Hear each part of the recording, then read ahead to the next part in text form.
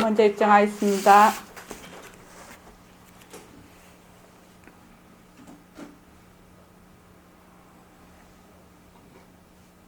말하고 듣는 이 자리가 바로 당장의 마음입니다. 마음을 가라앉히시고 내가 듣는다.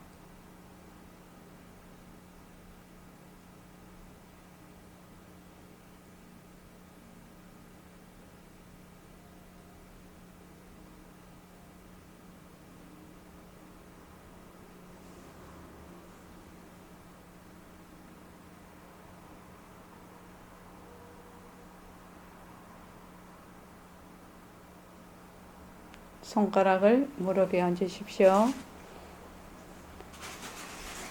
빛깔도 소리도 냄새도 없는 이 자리가 빛깔도 소리도 냄새도 없는 이 자리가 무정물인 손가락을 까딱까딱한다. 무정물인 손가락을 까딱까딱한다. 빛깔도 소리도 냄새도 없는 이 자리가 빛깔도 소리도 냄새도 없는 이 자리가 무정물인 귀로 듣는다. 무정물인 귀로 듣는다. 빛깔도 소리도 냄새도 없는 이 자리가 빛깔도 소리도 냄새도 없는 이 자리가 무정물인 입으로 말한다. 무정물인 입으로 말한다. 이 자리가 밥 먹고 일하고 이 자리가 밥 먹고 일하고 이 자리가 공부하고 꿈꾸고 이 자리가 공부하고 꿈꾸고 이 자리가 성내고 욕심내고 이 자리가 성내고 욕심내고 이 자리가 좋아하고 싫어한다. 이 자리가 좋아하고 싫어한다. 빛깔도 소리도 냄새도 없는 이 자리가 빛깔도 소리도 냄새도 없는 이 자리가 무정물인 몸뚱이를 끌고 다닌다. 무정물인 몸뚱이를 끌고 다닌다. 나는 자유로운 삶의 주인으로서 나는 자유로운 삶의 주인으로서 애착과 집착 탐진치를 여의어서 애착과 집착 탐진치를 여의어서 모든 생명들과 더불어 모든 생명들과 더불어 건강하고 행복하게 모습을 잘 굴립니다. 건강하고 행복하게 모습을 잘 굴립니다.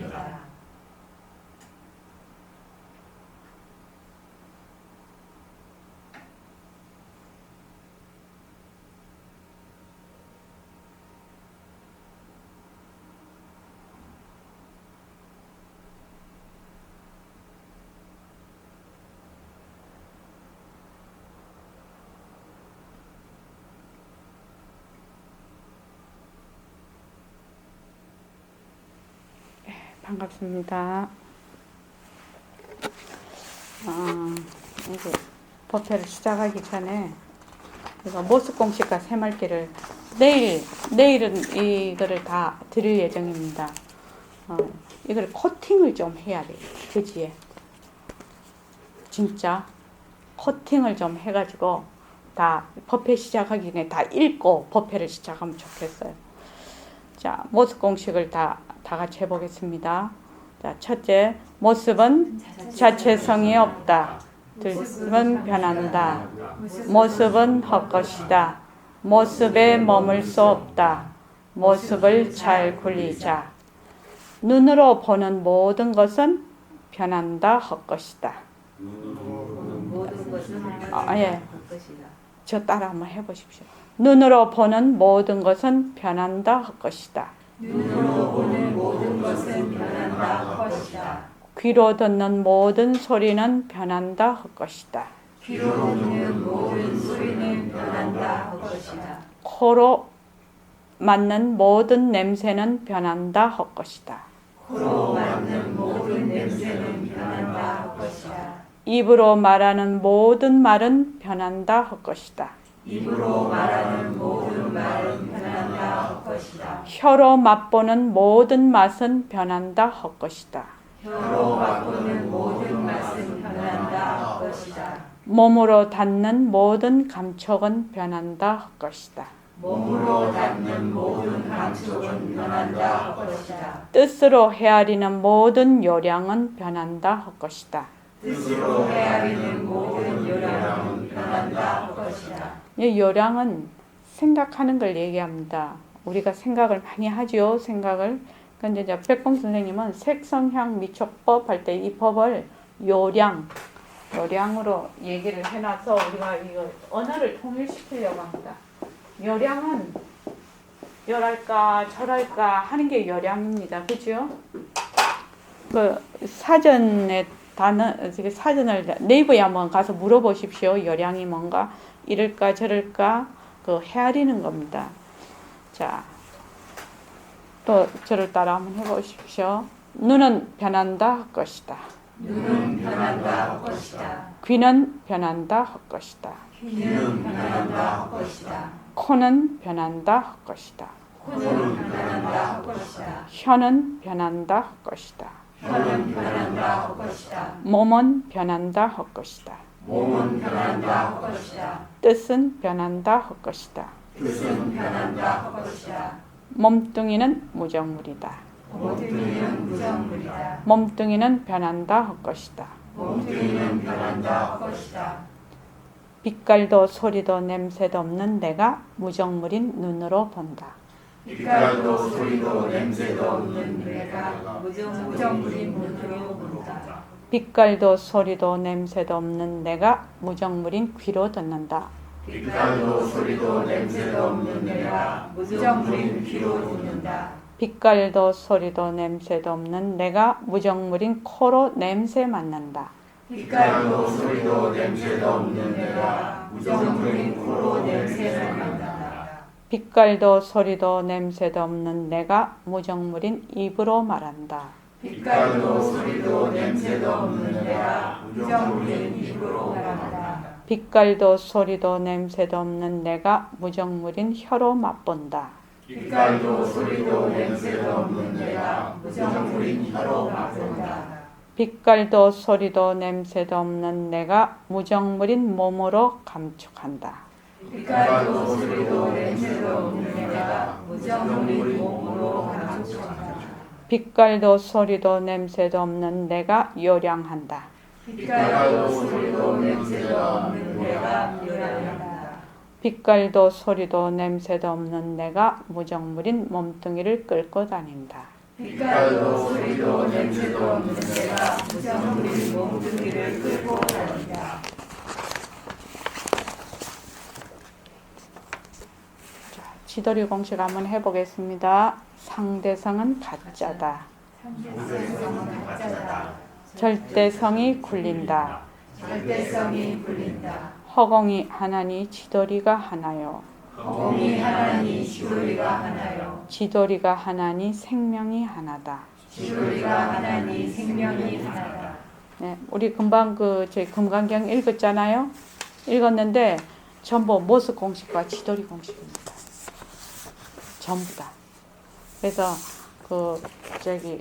일체만법이 전부 공성임을 허공성임을 금강경의 처음부터 끝까지 쭉 다 지금 법문을 해놓으신 거거든요. 이것이 실제로 내가 내 살림살이가 되도록 그렇게 이제 공부를 실참하시기 바랍니다. 오늘 정진 11일째입니다. 원노트를 씁시다. 원각경에 이런 말씀이 있습니다. 환을 여의고 여의어 모든 환을 다 여의면 나무에 불이나 다 타버리면 불이 저절로 꺼지는 것과 같다. 지금은 우리가 나무에 불 붙은 거예요. 현재는요. 그런데 이 나무가 다 타버리면 전부 다 타버리면 불이 날래야 날 수가 없어. 그 불이 꺼져버린단 말이죠. 그러니까 우리가 지금 일체만법이 모두 환이고 일체만법의 당처가 다 비었음을 우리가 알면 분별망상을 다 저절로 내려놓는다. 이 말씀이죠, 지금. 그래서 원각경에 이 말씀이 있어서 뽑아서 보내드렸습니다. 자, 오늘 이게 오랜만에 해가지고 금방 이제 우리가 모습 공식과 지도리 공식을 했는데 지금 이 부분이 이제 읽어보면은 그 공식이 딱 머리에 들어가 있으면 이해가 잘 됩니다. 이게 지금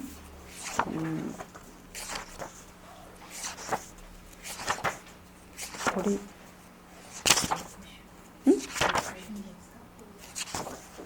194페이지. 196페이지. 그죠? 견성은 자연도 아니고 인연도 아니다. 이거 할 차례입니다. 자, 우리 전부 같이 경을 같이 한번 읽어보겠습니다. 하나님 부처님께 사례였다. 세존이시여 법왕의 말씀과 같이 각과 연이 시방세계에 두루하여 당연하고 성공하여 자신의 생명이 아니다 라고 한다면 천천히 읽으십시오. 예, 천천히. 가마득에서 알 수 없는 명제나 죄더미 속에서 고행을 하는 후회들이 말하는 시장과 시장에 두루하다는 주장과 어떻게 다릅니까? 예, 예. 그 다음까지 읽고 할까 봐요. 그 다음에 198. 예. 세존께서 윤가산에서 대개보살 등을 위하여 이 이치를 말씀하실 적에 저 외도들은 항상 자연을 말하거니와 내가 말하는 이유는 저들의 고대가 아니다 라고 하셨습니다. 제가 지금 생각하오니 각성이 자연하여 생도 아니고 멸도 아닌 자 일체의 흠망과 정도를 멀리 여겨서 인연이 아닌 듯하고 자연도 아닌 듯합니다.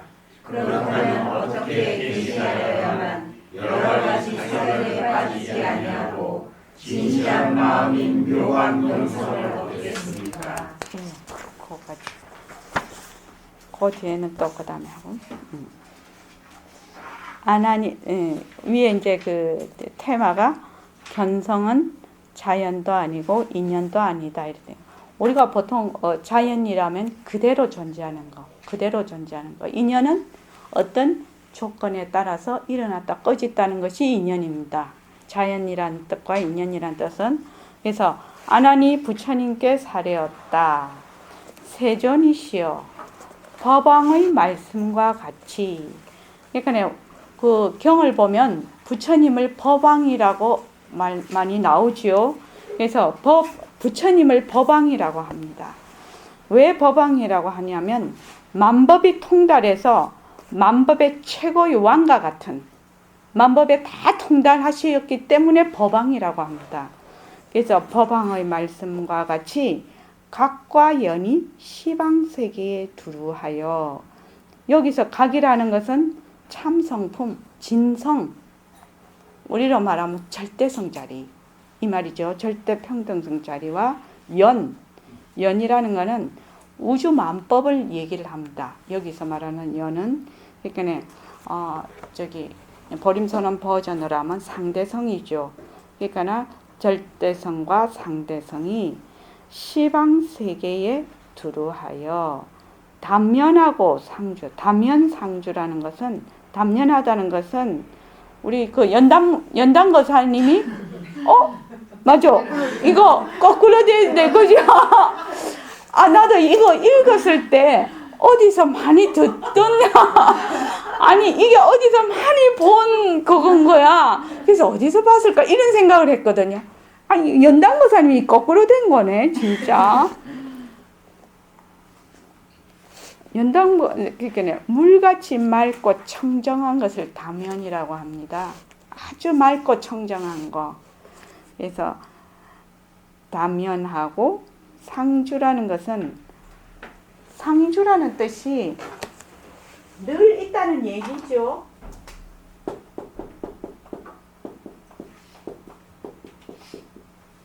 상주가 되려면 어떻게 해야 됩니까? 늘 있으려면 모습이 없어야 되죠. 그렇죠. 변할 것이 없어요. 모습이 없다는 거는 변할 것이 없다는 거는 무엇이요? 비었다는 거죠. 또 응? 시공육도. 그렇죠. 다 된대. 제일 중요한 걸 안 했네. 제일 중요한 걸 안 했어. 상주한다는 뜻은. 응? 그게 실제? 예? 생멸이 없다죠. 예. 불생불멸하다. 불생불멸. 상주한다는 건 불생불멸하다는 얘기죠.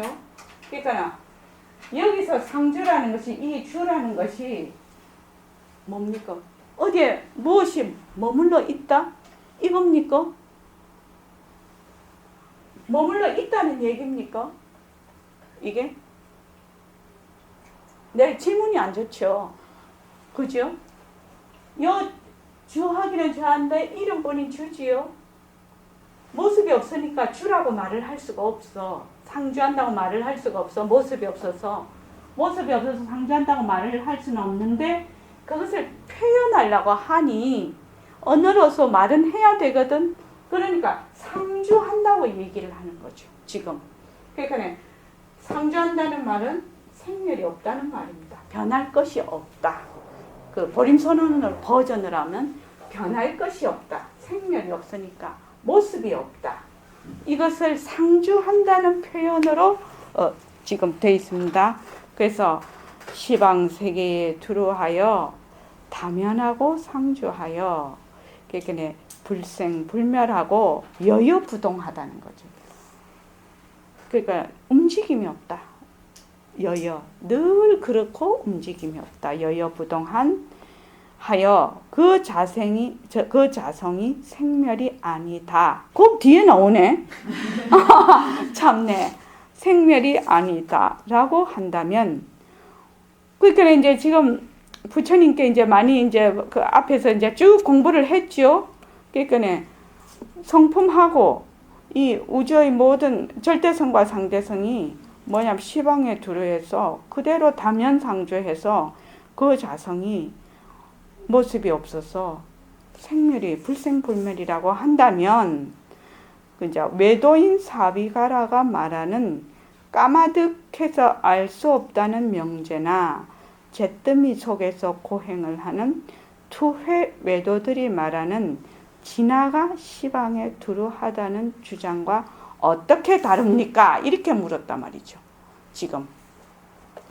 그러니까 상주한다고 하니까 진화가 있어서, 우리로 말하면 절대성자리죠. 그래서 절대성자리가 있다, 이런 생각을 하는 거지. 절대성자리가 있는 것입니까? 있는 것도 아니고 없는 것도 아니라 인연과 조건에 따라서 상대성을 나투는 텅 빈 자리라. 그래서 있다 없다, 있지 않기도 하고 없지 않기도 하다. 그러니까 지금 계속 우리 금강경에서 읽었죠. 그렇게 읽었죠.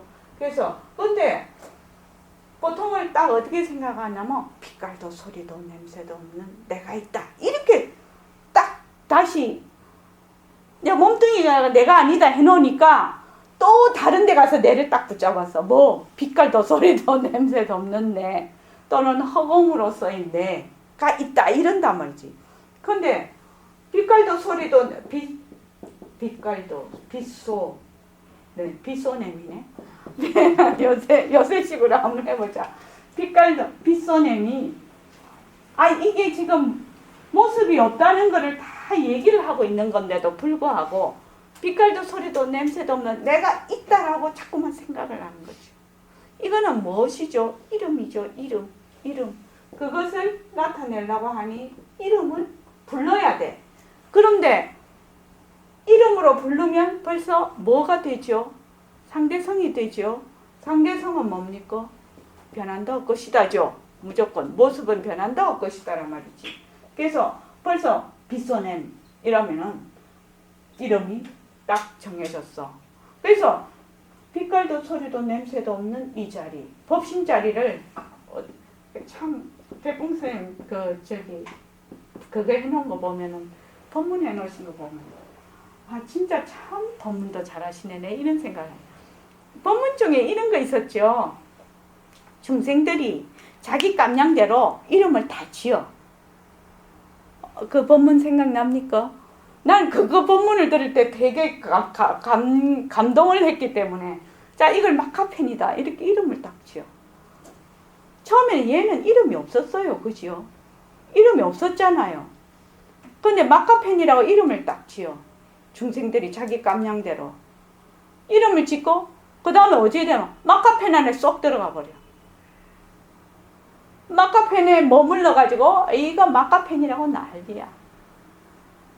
그러니까 빛깔도 소리도 냄새도 없는 나 이렇게 하면 다른 말로 허공으로서의 나 이래. 우리는 지금 우리 여기서는 허공으로서의 나 이러면은 허공으로서의 나에 쏙 들어가 버리네. 이것이 이름인데 지금 이름인데 이름에 쏙 들어가가 꼼짝을 못해. 모든 것이 다 이름이에요. 모든 것이 다 이름인데 자 저거는 노란 국화야. 저건 꽃이야. 참 예쁘다. 그래 참 예쁘구나. 이러면 좋은데 그냥 꽃이 좋다는데 또 머물러 버린단 말이죠. 나중에 우리 어디에 나오는가 잘 모르겠는데 그 본문이 나오거든요. 그러니까 이름을 지어. 허공으로서 내다. 이름을 지어. 사람이다. 꽃이다. 책상이다. 법문이다. 야, 아까 저기 부처님도 법문이라는 것은 뭐라는 거 법 아닌 것을 설하는 것을 법이라고 했거든. 무슨 소리거든 그게. 근데 전부 다 이름을 딱 지어놓고는 그 이름자에 내가 쏙 들어앉아서 이름의 감옥 속에 들어가서 꼼짝을 못하는 거예요. 가장 대표적인 것이 뭐지요? 몸뚱이가 내다. 이거는 장난이 아닌 것이야. 몸뚱이가 내다. 몸뚱이라고 이름을 딱 지어. 내라고 이름을 지어. 그러니까 얘 둘이를 탁 붙잡아버려. 그냥 이 꼴을 해가지고. 그래서 여기서 벗어나지를 못하는 거야. 몸뚱이가 내보고 나한테 내라고 한 적도 없고 그렇지 않습니까? 근데 몸뚱이가 내다. 여기서 꼼짝도 못해. 그것과 마찬가지로 모든 것이 이름이다. 이름이 되면 바로 상대성이라. 그래서 무조건 변하고 헛것이야. 무조건 변하고 헛것이야. 그래서 허공이 찢어진다. 허공이 무너진다. 이렇게 얘기를 하잖아요. 백봉쌤 맨날. 허공으로서의 나를 하려면 허공이 찢어지고 허공이 무너지는 그것을 맛보면서 허공으로서의 내라 하면 되지. 근데 허공을 그거를 알지 못하고 허공으로서의 나 이러면 허공 속에 쏙 들어가지. 몸뚱이 내다 하는 거나 허공으로서의 내다 하는 거나 똑같은 얘기예요. 다른 말로 하면 이것만 바깥을 따르면 이름만. 연당 고사님 안 그렇습니까? 어렵습니다. 아, 예? 어려워요. 아, 어렵습니까? 네. 아, 몸뚱이가 내다 하는 거하고 허공으로서의 내다 하는 거하고 이것만 바꿨다는 이것이 어렵습니까? 뭐 어떤 것이 어렵습니까? 무엇이 어려운지 잘 모르겠어요. 좋습니다. 허공으로서의 나다. 나는 허공으로서의 나다. 이랬을 때 허공이라는 것은 빌려온 이름이라서 그것을 가리키는 손가락이다. 이러면 말이 맞지요. 그지요? 근데 허공으로서의 나에 쏙 들어앉으면 어떻게 돼? 그래서 내가 이렇게 하라고 하죠. 몸뚱이 변한다 할 것이다. 변헛. 빗소냄. 이제 이렇게 할 거야. 몸뚱이 변한다 할 것이다. 하고 난 뒤에 나는 허공으로서의 나다. 이렇게 하라고 제가 자꾸 얘기를 하거든요. 허공으로서의 나다.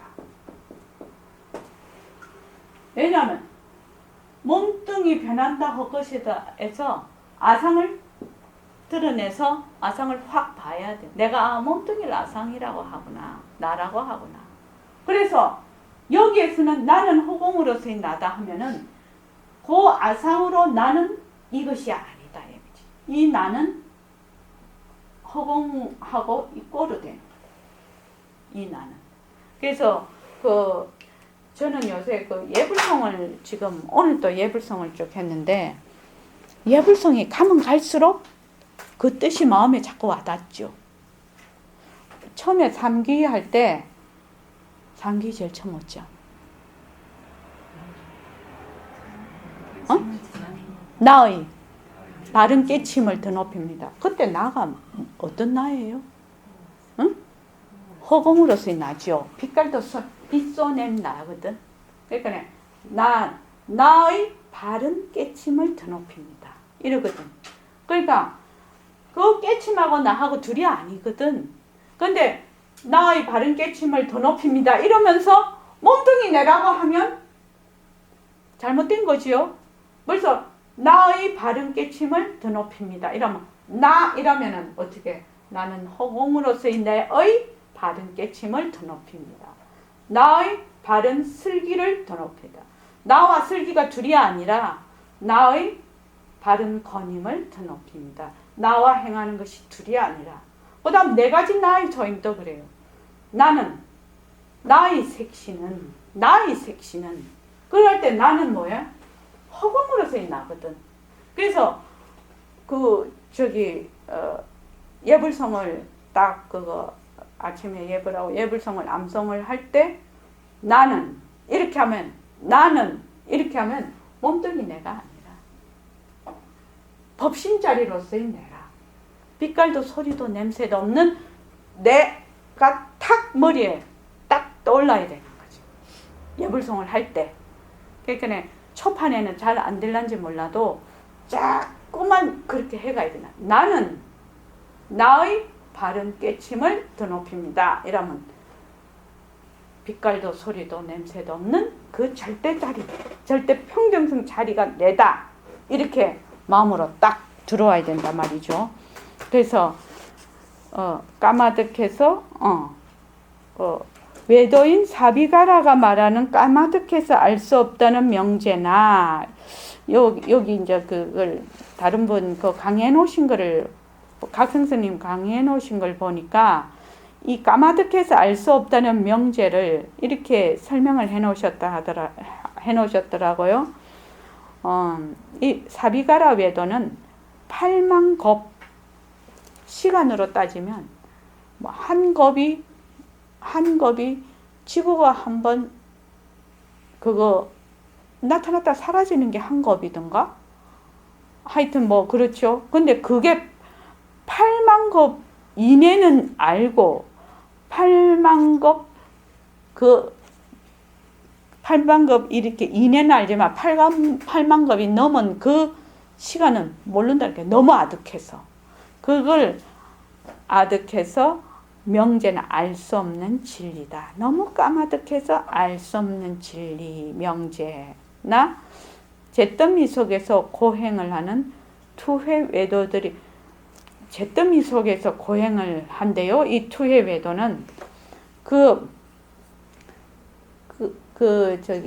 이렇게 나무를 태워서 그 잿더미 그거 재로 옛날에 왜 그 양잿물 물 해서 양잿물을 해서 막 그걸로 빨래도 하고 그랬죠. 옛날에 세제가 많이 없었을 때는. 그러니까 그 자체가 굉장히 독하답니다. 이 채가. 그 속에서 막 그걸 막 뒤집어 쓰고 고행을 하는 거예요. 이 투회외도는. 근데 왜 잿더미를 뒤집어 쓰는지는 잘 모르겠는데, 그래서 잿더미를 쓰는 투회외도리 말하는 본래 진짜 나는 시방에 두루하다는 주장과 어떻게 다릅니까? 이렇게 묻는다. 그러면 우리가 이렇게 우리가 이렇게 보면 그거 맞는 말 아이가? 그지 진정심아. 진화가 시방에 두루하다. 맞는 말이가? 아닌 것 같은데 확실하게 아닌 것 같기도 하지.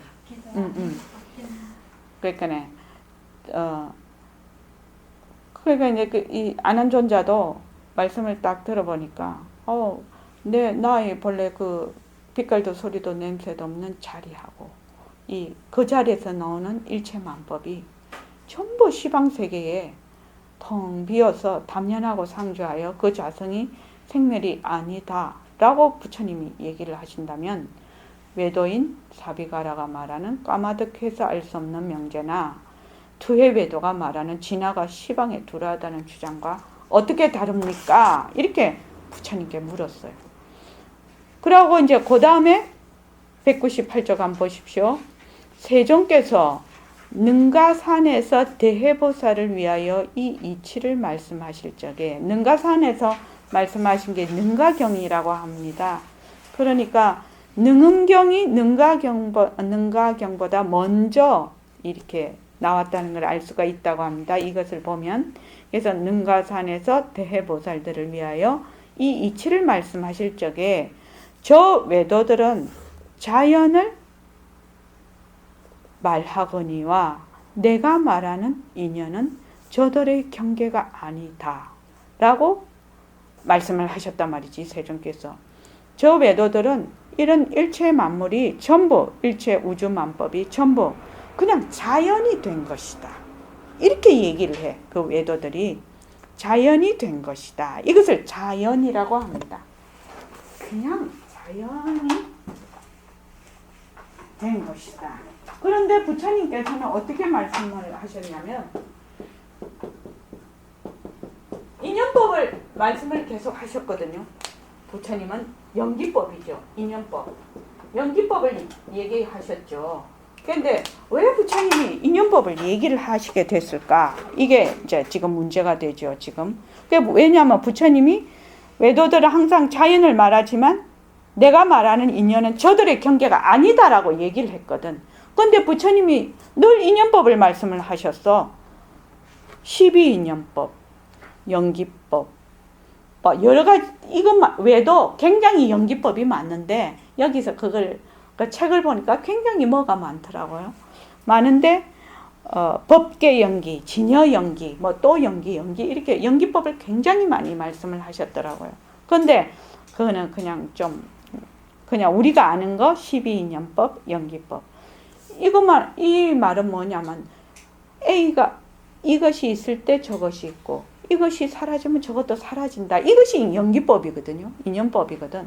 그런데 왜 부처님은 그렇게 얘기를 하셨을까 이 말이지. 부처님은 그 당시에 이 외도의 그 자연 사상을 쳐부수기 위해서 인연법을 설하셨단 말이죠. 인연법을 설하셨지만 결국은 불교는 실상을 바탕으로 하는 것이라서 결국 인연도 다 공했다. 이렇게 얘기를 나중에 가서 하신단 말이죠. 그래서 지금 그 말씀을 하는 겁니다. 저 아난존자께서 부처님이 내가 말하는 인연은 저들의 경계가 아니야. 그러니까 이제 그 아난존자가 지금 뭐라고 말씀을 하시기를 제가 지금 생각하오니 각성이 자연하여 생도 아니고 멸도 아닌지라 일체의 허망과 전도를 멀리 여의어서 인연이 아닌 듯하고 자연이 아닌 듯합니다. 그렇다면 어떻게 12흑백을 계시하여야만 12흑백을 잘 가려서 열어 보여야만 여러 가지 사견에 빠지지 아니하고 진실한 마음인 묘강명성을 얻겠습니까? 이 말이거든요. 그러니까 이 지금 그 아난존자가 세 가지를 물었어. 첫째는 그 앞에 외도들인 사비가라가 말하는 까마득하여서 알 수 없는 명제나 진화가 시방에 두려하다는 주장과 어떻게 다르느냐. 첫째 질문이. 그 다음 둘째는 부처님께서 외도들은 자연을 말하지만 내가 말하는 인연은 저들의 경계가 아니다라고 하셨는데 이것이 무슨 말씀이냐. 그게 두 번째. 세 번째 그 부처님 말씀하신 걸 다 자기가 아난존자께서 종합을 해보니까 각성, 그 불성이라는 거다. 불생불멸한 이 각성이 자연하여 생도 아니고 멸도 아닌지라 일체의 허망과 전도를 멀리 여의어서 인연도 아닌 듯하고 자연도 아닌 듯하단 말이죠. 요렇게 세 가지를 딱 물었어. 그러면 어떻게 우리가 공부를 하여야만 사견에 빠지지 않고 진실한 마음인 본래의 절대 평등성 자리를 얻을 수 있겠습니까? 이 말이죠. 자, 거기 강의를 좀 읽어보겠습니다. 마녀거사님 읽어주실래요? 예. 천천히 읽어보십시오. 천천히. 197페이지 강. 네, 예, 예, 예. 불교의 진재와 세상의 세속제를 비교하여 설명한 법문이다. 진재와 세속제, 그러니까 불교의 그 제1의제 진짜 그 제1의제라는 것이 본래 그 불성자리를 드러내는 그거죠. 세상의 세속제라는 것은 다 이원론적인 사고방식이죠. 자, 그 다음에요. 당시에 인도의 외도들이 주장했던 진화가 시방에 들어하다거나 까마득해서 알 수 없는 명제가 있다는 주장은 지금도 세상에서 흔히 듣는 실제론이다. 앞에서 나온 도교의 도나 유교의 태극이나希腊 철학의 아르케나 예수교의 여호와 신이나 이슬람교의 알라 신이 모두 이런 부류들이다. 불교는 이와 다르다. 어떻게 다른가? 삼법인의 하나인 제법무와는 영원불변하다는 실체는 없다는 말이다. 영원불변하는 실체. 예. 따라서 힌두교 등에서 말하는 영원불변하는 진화나 명제와 같은 개념을 불교에서는 외도들의 편견으로 본다. 그렇다면 능엄경에서 강조하는 진심도 영원불변하는 실체가 아닐 수 없다는 말인가? 아닐 수 있다는 말인가? 그렇다면 영원불변하는 불성이란 것도 본래 없다는 말인가? 이 문제에 대해서는 옛날부터 불교계에서 논쟁이 끊이지 않고 있다. 지금도 이 명제를 두고 지구촌에서는 갑론을박이 계속되고 있다. 네, 여기 지금 197쪽에 한번 보십시오. 능엄경에서 강조하는 그 밑에 삼법인의 하나인 제법무화는 영원불변하는 실체는 없다. 제법무화가 그렇지요? 영원불변하는 실체는 없다는 말인데 진심도 능엄경에서 강조하는 진심도 영원불변하는 실체가 아닐 수가 있다는 말인가? 그러면 영원불변하는 불성이라는 것도 본래 없다는 말인가? 지금 이 말은 실체가 있다, 없다 계속 이렇게 말을 하지요. 실체는 어떻다고요? 본래 그 성품이 텅 비었어. 텅 비어서 있다 없다라는 그것이 말이 안 맞아. 그래서 여기서는 지금 학인들을 가르치기 위해서 이제 이렇게 말씀을 해놨는데 그 실체라는 것 자체가 텅 빈 자리이기 때문에 실체가 있다든지 실체가 없다든지 있는 것도 아니라든지 없는 것도 아니라는 이런 사고를 다 벗어나 버린 거예요. 불교에서 말하는 이 불성이라는 것은. 그래서 그 다음에 강의를 연단거사님 좀 읽어주시겠습니까? 그 밑에. 그렇다면 영원불변한 불성 아니요, 능가산 이야기는. 능가산? 예. 능가산 이야기는 부처님께서 전에 능가산에서 능가경을 설법하실 적 이야기다. 이 능엄경을 설법하신 시기에 대하여 학자들 사이에 여러 가지 주장이 있다. 이 구조를 보면 능가경 이후에 설하신 것이 분명하다. 인연과 자연이 등장한다. 본래부터 존재하고 앞으로도 영원한 것은 자연이고 필요하고 충분한 조건이 갖추어져야 비로소 생겨나는 것은 인연이다. 이 세상에 있는 것은 자연이 아니면 인연이다. 즉 견문각지하는 각성도 만약에 영원하다면 자연에 속하고 만약에 생멸한다면 인연에 속한다. 이미 망심은 대상을 반영하므로 인연에 속한다는 것을 앞에서 알았다. 그러나 인연이 아닌 진심은 자연이라고 설명해야 할 것 같다. 삼라만상인 일체가 진심에서 전변한 것이라면 본체인 진심은 당연히 본래부터 존재하는 것이고 동시에 자연이라야 한다. 부처님의 설명을 들어보자. 예. 이 말이 굉장히 맞는 듯 하지만 이제 부처님이 이제 딱 얘기를 하기 시작하신다면 이게 능엄경은 진짜 재밌는 것 같아요. 굉장히 논리적인 것 같아. 이게 우리가 생각해 봤을 때는 우리가 절대 평등성자리 이러면은 그거는 변할 것이 없어. 모습이 없으니까 본래 있다. 뭐 늘 두루하다. 이렇게 우리가 계속 얘기를 하고 있거든요. 그런데 이제 부처님은 자연이 아니다. 인연도 아니다. 이렇게 얘기를 한단 말이죠. 자, 우리 경 다 같이 한번 읽어보겠습니다. 부처님께서 아내에게 말씀하셨다. 내가 이렇게 방편을 열어보여서 진실하게 내게 설명했는데도 내가 오히려 깨닫지 못하고 자연이라고 의혹하는구나. 하나 만일 자연이라면 자라는 것이 분명하여 반드시 자연의 바탕이 체가 있어야 할 것이다. 내가 이 유명한 가운데에서 무엇을 자체라고 할 것인지 자세히 살펴보아라. 이 인간이 밝은 명으로 자라하겠느냐, 어두운 마음으로 자라하겠느냐, 천천히 읽으십시오. 어둠으로서 자라하겠느냐, 막힌 색으로서 자라하겠느냐. 하나 밝은 명으로서 묘명면이 자라고 한다면 어두운 마음을 부수심을 드려야 할 것이요, 허공으로서 묘명면이 자라고 한다면 막힌 색을 고집해야 할 것이다.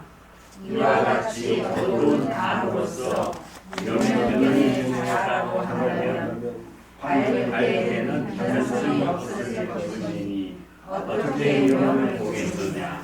그러니까 이렇게 보니까 되게 어렵죠. 근데 이거를 이제 이제 다 읽고 나서 백봉 선생님 보림소는 버전으로 하면 굉장히 쉬워요. 이거를요. 자, 읽어가면서 한번 해볼게요. 부처님께서 아난에게 말씀하셨다. 내가 이렇게 방편을 열어 보여서 진실하게 내게 설명하고 또 설명했는데도 네가 오히려 깨닫지 못하고 자연이라고 의혹하는구나. 그러니까 지금 아난존자는 어떻게 하냐면은 이 각성이 자연이다. 본래 있는 것이다.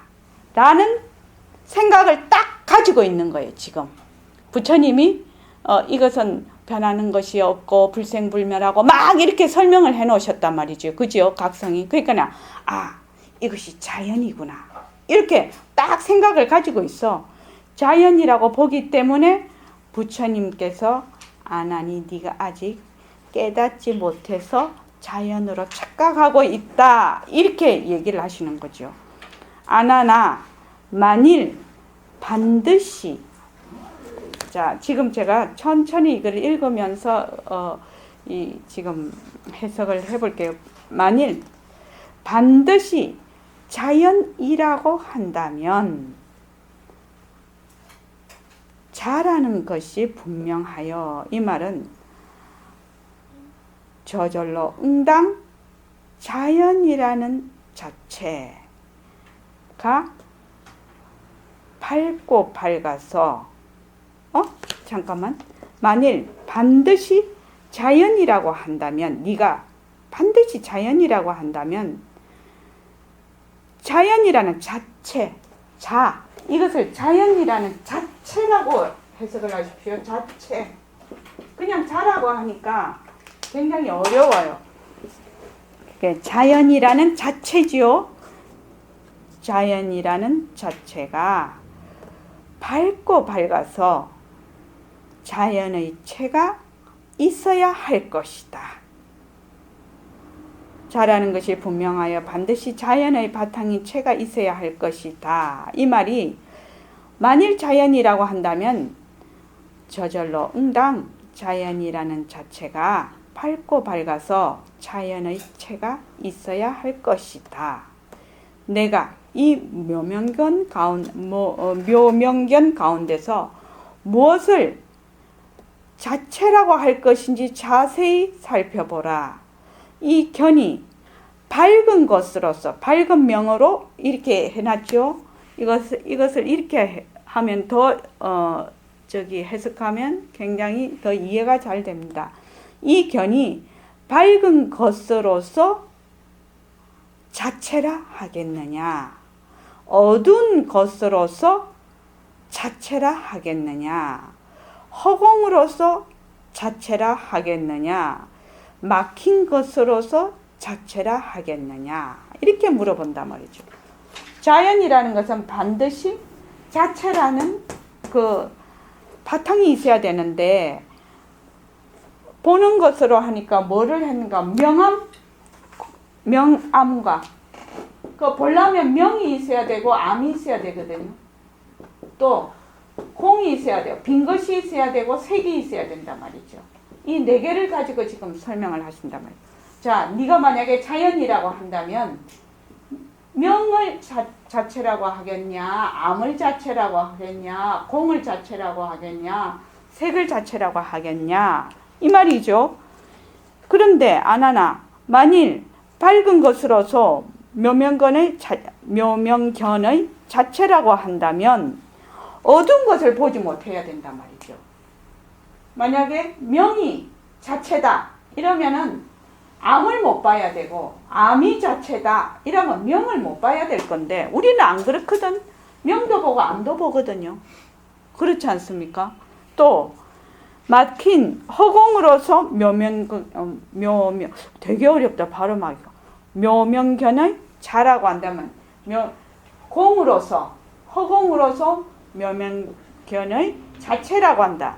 그게 묘명견 자체가 이 공이라면 이 말이죠. 공으로서 묘명견의 자체라고 한다면 이 색을 못 봐야 될 것이다 이 말이죠. 이해되시죠?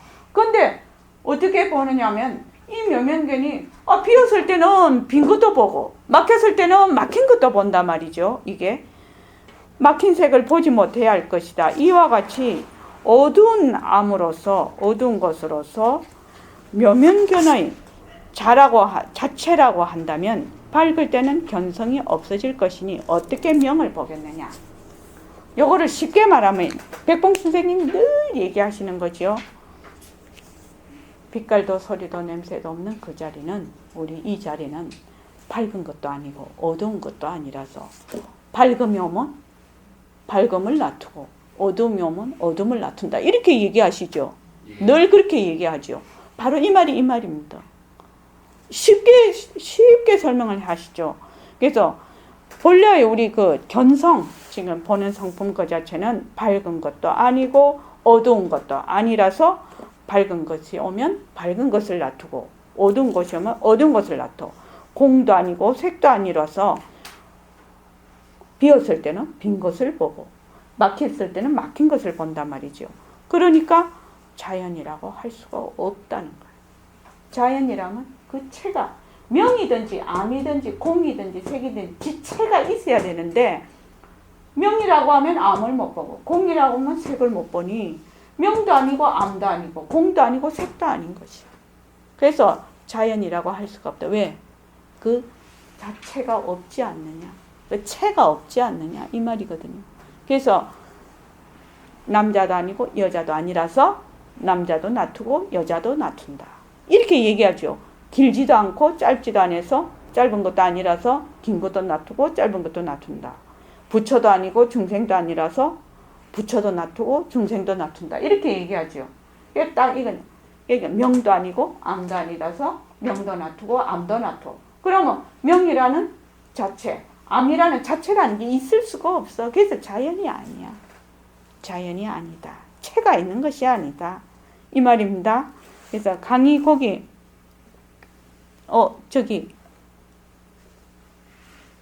청한이 강의 그 밑에 거 조금만 읽어보자.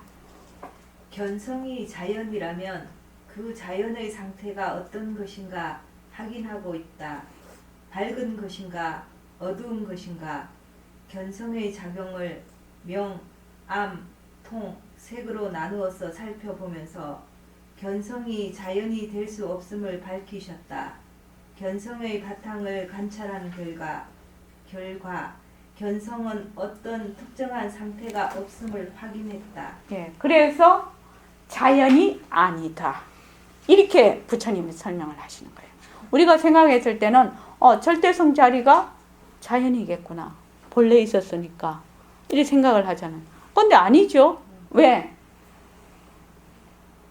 자연이라는 그 상태를 뭐라고 말을 할 수가 없어.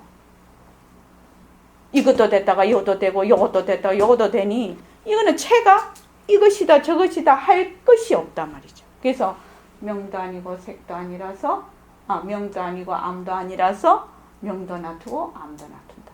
그래서 자체에 그 실체가 있는 것이 아니다. 바탕이 있는 것이 아니다. 그래서 자연이 아니다. 참 어려운 건데 참 백봉 선생님은 쉽게 말씀을 하셨어요. 자, 오늘 이만하겠습니다.